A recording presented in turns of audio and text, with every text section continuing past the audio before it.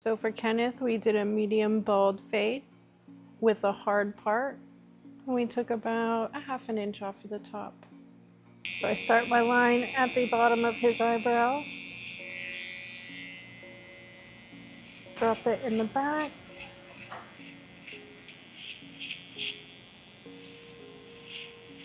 So for me, I stop right here. And I go to the other side. Again, his eyebrow's there. Start here.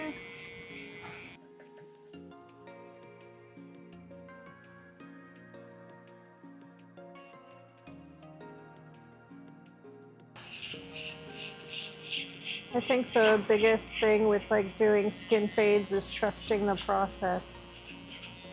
I mean, there's a lot of times where, say you're making the guidelines for like the next half, and then you feel like you need to blend up higher. Just gotta trust whatever process you're in. And I'll check my mirror, make sure what I see from up close is also what I'm seeing from far away. Because when you're up in it, it's hard to see it from that perspective, which is why I use the mirror. So now I'm going in with the foil shaver, just going like literally at that line. The density in the front of people's head is always usually a lot less than the density in the back. So when doing skin fades, like if you're a beginner, always expect to be spending more time in the back than you do on the sides.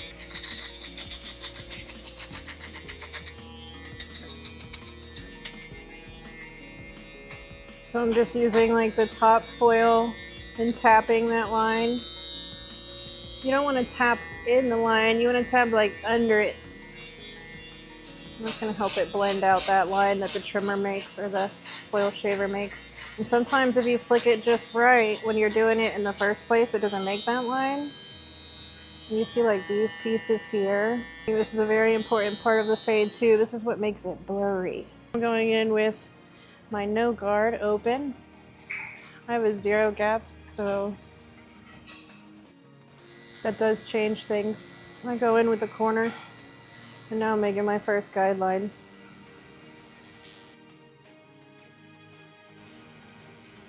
Now we're using like the whole one, the whole blade. Usually only use the whole blade like right behind the ear. And you can tell exactly where his density just completely changes from really thick to getting finer in there.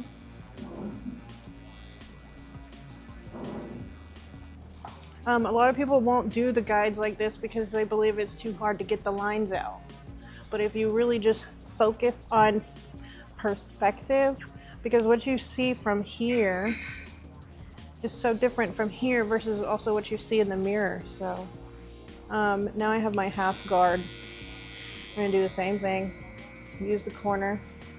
We're only really like tapping this. We're not trying to go up and in anything. We're just making that line a little bit lighter and easier for our one to come in and transition it.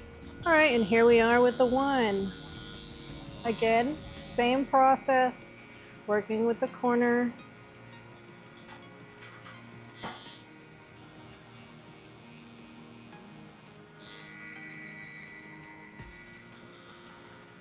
And so with doing this, like all of his hair grows this way. And on the other side, it's not like that. So I had to be mindful of that. And so I don't want to go in this way. I'm going to go in with this corner.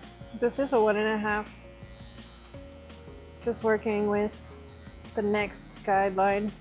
So usually my guidelines are about a ½ inch wide, like up. So next guard is a 2. Same process, going up with just the corner of the 2.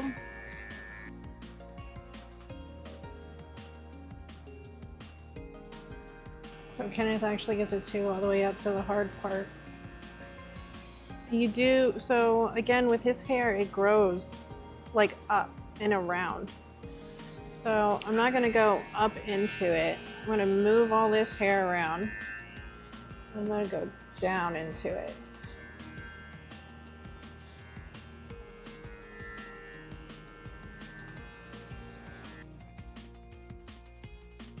This is just the two. I'm just going in, getting any long pieces because he likes a condensed medium fade. Means that it's not as stretched out, so it's not gonna be like a lighter fade, so there's more depth between the skin and the hair. I'm gonna start here with the 1.5, just using the corner to try and lighten that up.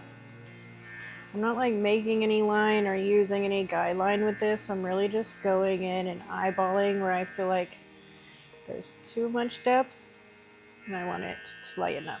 1.5 open because this area gives me some funny fillings, so I just would rather be safe than sorry the way that it grows.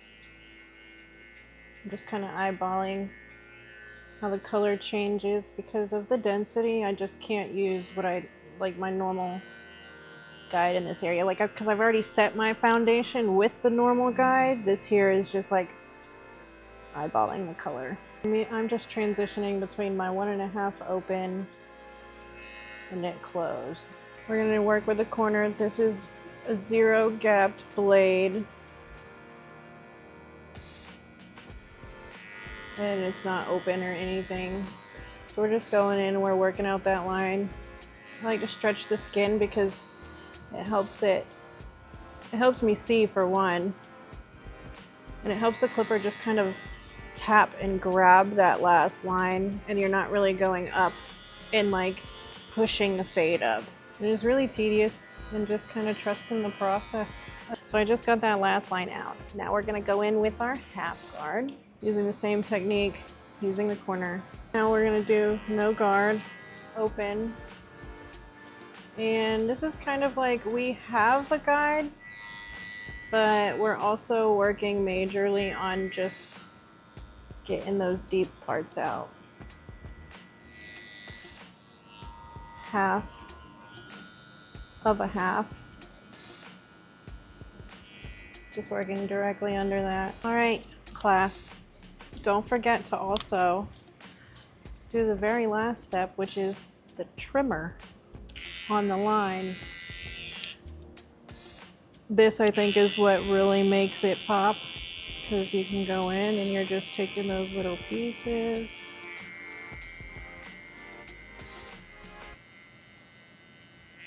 And this, in my opinion, is what solidifies the like blurriness, because it helps take any of those pieces that aren't supposed to be there from being there. My tip for giving a good hard part is to make sure you know where you're putting it before you start putting it there. So we've been following Kenneth's hard part for a long time. He's had this same hard part for a long time, so we just follow what he does. Ideally, I would like a hard part to be somewhere here, but Kenneth has been here for as long as it's been here. We're just gonna keep going. And this is actually Kenneth's favorite part. So I push all the hair over with my comb. There's still some hair there, so I'm gonna like bring my comb this way, grab those hairs, cut those because they're in my way from making my line as straight as I want it to be. Light pushes. Light pushes. Stick it, lightly push.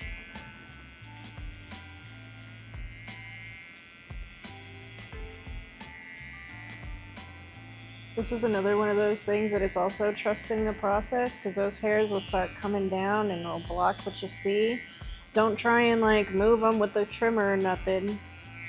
Just keep doing what you're doing. The cleanup is with the straight razor. So there's some hairs there. Again, if his hair was just as dense up here as in the back, we would just do this with like a clipper, but I'm trying to be mindful of not losing where I put his C-cup. His cowlick or swirl or whatever anybody wants to call it starts here. So everything under it needs to be shorter to help him maintain it at home, where everything above it needs to stay longer so that he can style this over without it wanting to stick up. My guide is the length that I set with the clipper. Working with the round of the head. So I'm gonna keep spinning him as I do it.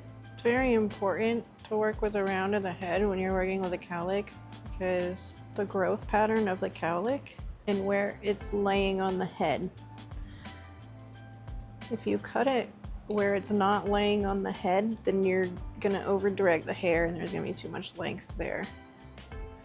So like if I'm cutting the hair that's here, but I'm over directing it over here, then there's gonna be a lot of length here. So if I work with the round of the head, it just makes sure that it's all equal since I'm not using a clipper right here. And that's just my preference. We're just going straight up from the head, combing back down, flipping, coming back up. And so up here, we don't take a whole lot because his density is sparse. So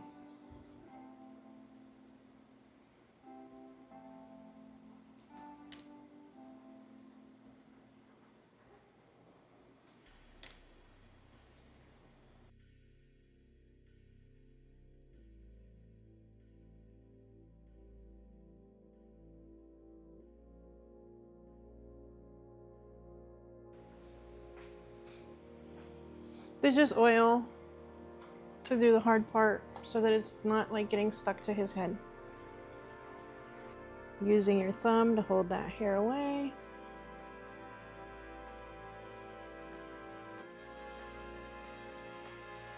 You pushed into the long hair to make the first guide. Now you're pulling.